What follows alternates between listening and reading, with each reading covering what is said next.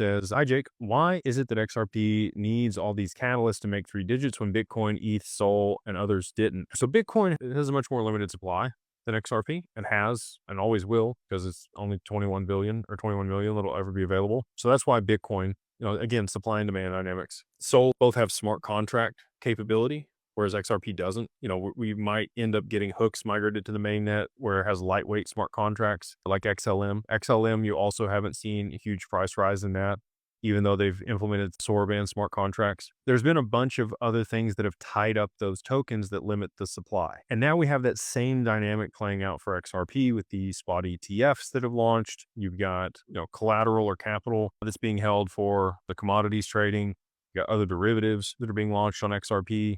You got stable coins and other things on the XRPL that are causing more volume in transactions. Anytime you see more volume in transactions on a network, you're going to get price appreciation of the underlying asset.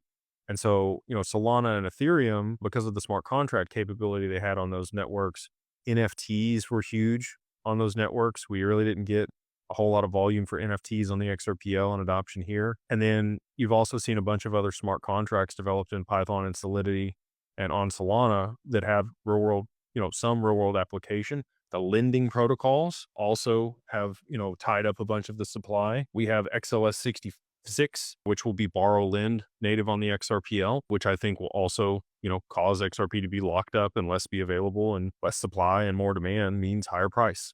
So those three in particular that you mentioned there, they've already had situations where the supply was limited and there was a significant amount of demand for the asset. And that's what caused the appreciation of those tokens and the liquidity move into those ecosystems. And we're right here on the forefront of that for XRP. So hopefully, that's why we need all these catalysts and we need the adoption of the network so that we get the volume and then the price appreciation.